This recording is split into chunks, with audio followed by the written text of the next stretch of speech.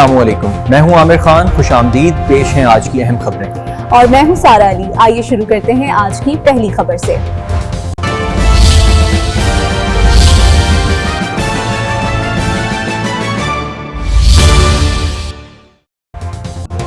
سہاوا میں یوم آزادی پاکستان کے موقع پر میونسپل کمیٹی میں پرچم کشائی کی پروقار تقریب کا انعقاد کیا گیا۔ مہمان خصوصی سابق ایم پی اے راجہ محمد اویس خالد سمیت انتظامیہ، پولیس، سیاسی اور سماجی شخصیات اور شہریوں نے بھرپور شرکت کی۔ قومی پرچم کو سلامی، ملی نغموں، طلبہ کے ٹیبلو اور مارچ پاسٹ نے تقریب کے جوش و جذبے کو مزید بڑھا دیا۔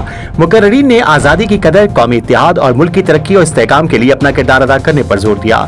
رپورٹ امداد چوہان اور آپ دیکھ رہے ہیں آج تک پاکستان نیوز۔ سہاوا میں یوم آزادی پاکستان ملی جوش و جذبے اور قومی ولولے کے ساتھ منایا گیا۔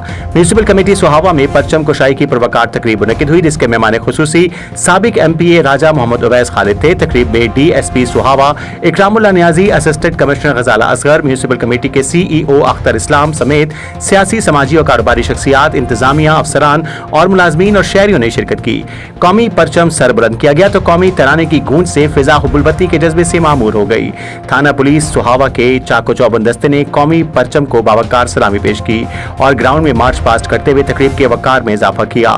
مختلف سرکاری اور نجی اسکولوں کے طلبہ اور طالبات نے ملی نغموں اور خوبصورت پیشکشوں کے ذریعے جشن آزادی کی خوشیاں دوبالا کیں، جبکہ طلبہ نے پاکستان کی سلامتی اور دفاع کے عزم پر مبنی خصوصی ٹیبلوز بھی پیش کیے۔